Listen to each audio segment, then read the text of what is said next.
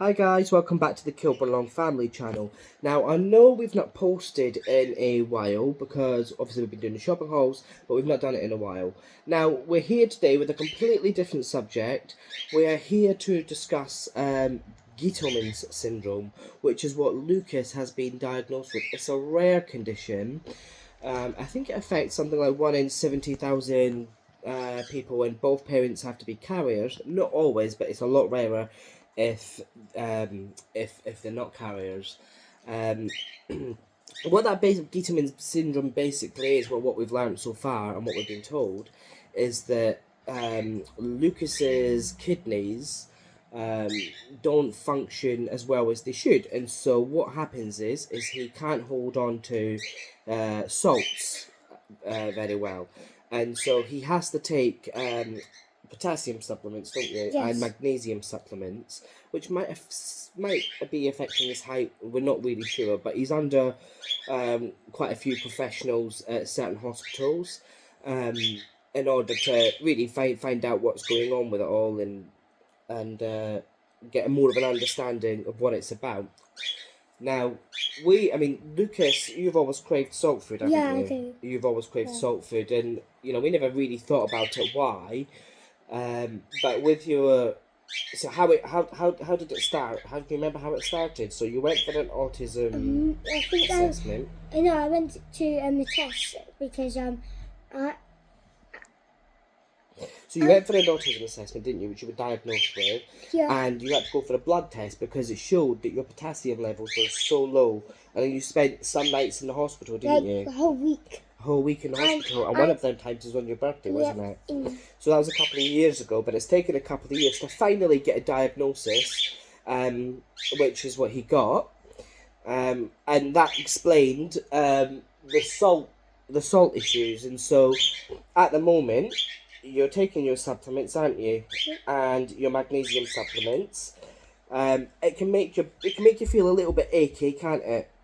And it can make you feel quite thirsty. So sometimes you get a little bit of frothing around the mouth. Yeah. And obviously you've got to eat high salt, high potassium, and high salt foods, haven't you? Yeah. Because you're not a sweet person, are you? I know I'm a sweet person. But a lot of people who follow our channel will notice that in our shopping hauls, we buy a lot of noodles, and we buy Lucas. I brought up lots of times. He likes his pepperami sticks. Now, if you think about it, they're really high salt foods. And like I said to you before, we didn't think about it, but now we know. We try to keep them things in for him as well as the supplements. The supplements are very hard for you to take, aren't they? Because you take 5 tablets 3 times a day, so it's 15 tablets a day. And they're quite big as well. Lucas, you like to take them with yogurt, don't you? Yeah. So what we've done is we've followed like a forum on Facebook, just to sort of help and see what other people get an idea from other people and what they go through, particularly as you go through to adulthood, because I really don't know how it affects different people. But the thing is with Lucas is that you never seem unwell, do you? And that was why it was quite a surprise to us, because them 5 days in hospital, they were expecting you to be quite unwell, and you weren't unwell. Yeah, it's strange. It's strange, isn't it? So we've been going to the doctors, haven't we? We've been going to Great Ormond Street. Yeah. Not Great Ormond Street. We've been going to Guy's Hospital. Yeah, and we went Evelina Hospital. And we went to Market Hospital, can't remember. Yeah, we've done that one, because that's where you stayed overnight. Yeah. And one of those days you stayed in there on your birthday, didn't you? And I done Canterbury Hospital well. Yeah, you've done that because you've had to do lots of blood tests. Yeah. To make sure that the supplements are working, because we don't know. And if you are watching this and you know someone who's affected by Gitelman syndrome, or you have it yourself, it would be interesting for us to know that if Lucas gets older, because he gets taller, does he need a higher dosage? We really don't know.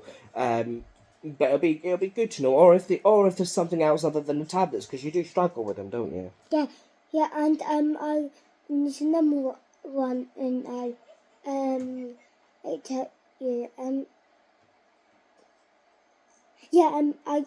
take one couple of years ago. I have to take every week blood test. Yeah, you For did. the- You did have to have a blood test because they needed to make sure Yeah. that the tablets were working, but they're working because it's stabilized. What I'm saying is, I don't know. As you get taller and older, Yeah. will you need to have higher supplements? Do you see what I'm saying?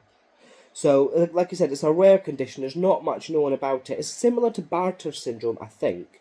But you know, if you are affected by Gitelmans syndrome, or you have it yourself, let us know in the comments how it affects you, or any advice on what Lucas could do, perhaps even just to take his medication better, because you are only 10, you are nearly 11, or even any particular foods that would really help. Like I said, salty foods he really likes, and it does help because he's just your body craves what it is that you need, and that's exactly what's has happened and is still happening with Lucas, which is again why I said in our shopping hauls we have quite a lot of salt foods. But as I say, we only got the official diagnosis last month, hence the lack of videos. I'm not sure where we're going to go with the channel, whether we're going to carry on doing shopping hauls. We might do. We have got reviews to do and things like that, but we may speak a bit more about the Gitelman syndrome just because it's so rare, and to raise awareness of it really, because like I said, we're still at the early stages of knowing what it's all about, and obviously Lucas only being 10, we don't know how it's going to affect him as he goes through puberty and adulthood, so that'll be interesting Because to see. it's been 3 years now. Yeah, but you didn't get the diagnosis then. Yeah, That was just, it's been 3 years since you've had tests and the doctors have gone to find out what it Well, is. no, I don't know. I never know. You got the diagnosis last month. No, actually, just last month. Yeah, last month, yeah. Because we didn't actually know the name of it. But it is a rare condition, and so what's going to happen is, now those of you who are our subscribers don't know, we just had Bonnie in 2023, but actually Jen's pregnant again. Now they wanted to test the baby while Jen's pregnant, but we've said no to that, and we'll wait till the baby's born. But they don't want to test the Bonnie or Eliza. So Jen and I are going to be tested just to see if we are carriers. I can't see why we need to be, because it's not going to make a difference to the outcome of Lucas's situation, or even our own situation. And like I said, they also said it does affect height as well, because Lucas, he is quite short. He's below the centile scales, or whatever it is they call it. But then Lucas, Jen and I aren't very tall either. So, I mean, Eliza is pretty tall, aren't you, Eliza? Yeah. I'm going to be the tallest one. Well, Eliza thinks she's going to be the tallest in the family. So, yeah, I mean, this is just an introduction video to the diagnosis of Lucas's, and hopefully we can keep you guys updated on how it goes.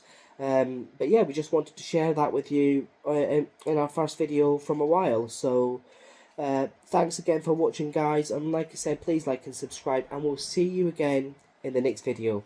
Ta-ra for now. Bye-bye. Bye.